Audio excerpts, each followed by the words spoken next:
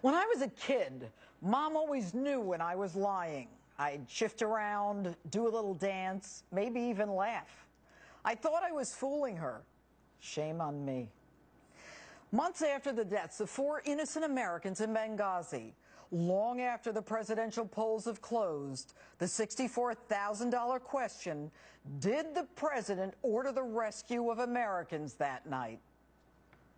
We had just picked up the information that something was happening, that there was an apparent attack going on in Benghazi, and I informed the president of that fact, and he at that point directed both myself and General Dempsey to do everything we needed to do to try to protect lives there.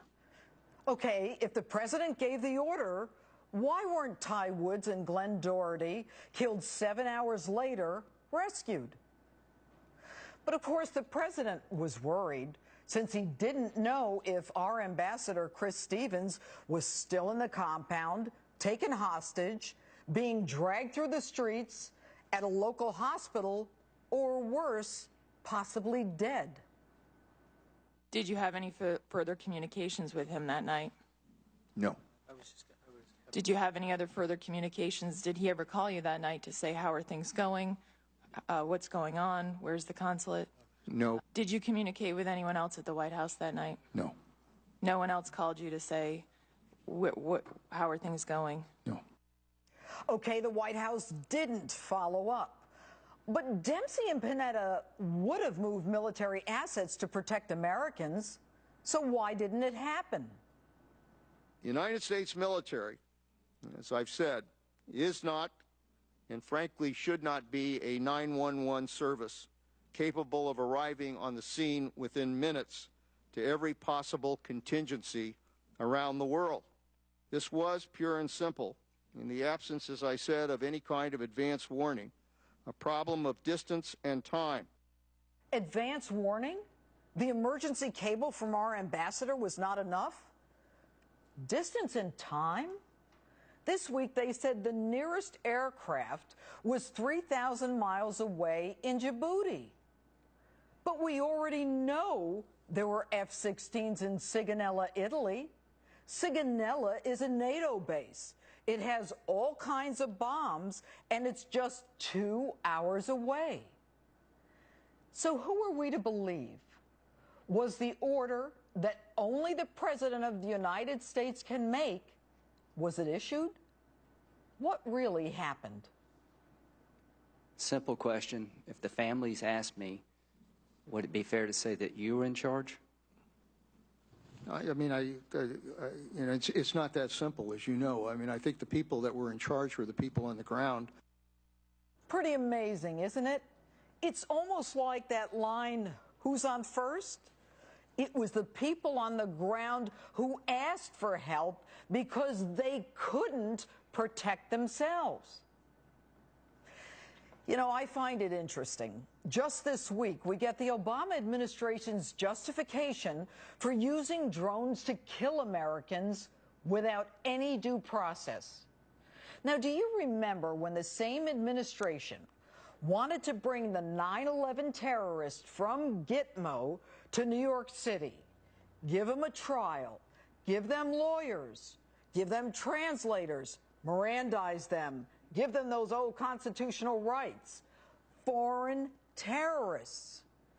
This week we find out that when it comes to American citizens who are, they say, believed to be connected to Al-Qaeda or a similar terrorist organization, they don't have constitutional rights. American citizens don't get lawyers. They don't get due process. They don't even have a chance to surrender. Just kill them. So if you find a foreign terrorist, bring him to New York City and give an American jury the chance to hear the evidence and decide the case. But an American citizen on the president's kill list dies. Amazing. This administration uses drones to kill American citizens, but not to save them. Pat Smith, the mother of Sean, who was killed in Benghazi, joins me now from San Diego. Pat, thanks for being with us. Hi, Judge. Do you feel you've gotten any straight answers yet? It's been 5 months since you found out that your son Sean was killed. I have had no information. I've been begging and begging for information. And I've been waiting to find out anything that would make me feel better about it. That hasn't happened. They haven't told me anything. You know, Pat, after you were on this show last time, the White House reached out to you, and you said they sent you some forms. Have you heard from them since the election? No. So, Pat, what do you think needs to be done? Who would you want to talk to? Who and what question would you ask them? I don't think I would be allowed to ask the questions that I want to ask. I would like to ask Obama the same thing that John McCain asked him and Lindsey Graham asked him. And they've asked, and they didn't get any answers. What makes you think that I'll get any answers? They don't care about me. But as you think about this, Pat, I mean, your son believed in this administration. I mean, your son, made the ultimate sacrifice. Do you think that, or how do you think your son would feel today? Oh, he was very proud of Obama and Hillary. He was very proud of his job. He was very proud of everything he did, and he did a good job at it. And I have no comment about that. I know he was good. And Pat, finally, do you think you'll ever find out what happened? I hope to. I hope to, because this is my right as a citizen of the United States. All right. Or a mother. All right. I hope to. I hope you do too, Pat. Thanks so much for being with us, and stay in touch. We're going to follow this with you. You take care of yourself. Thank you very much, Judge. You're welcome. You're welcome.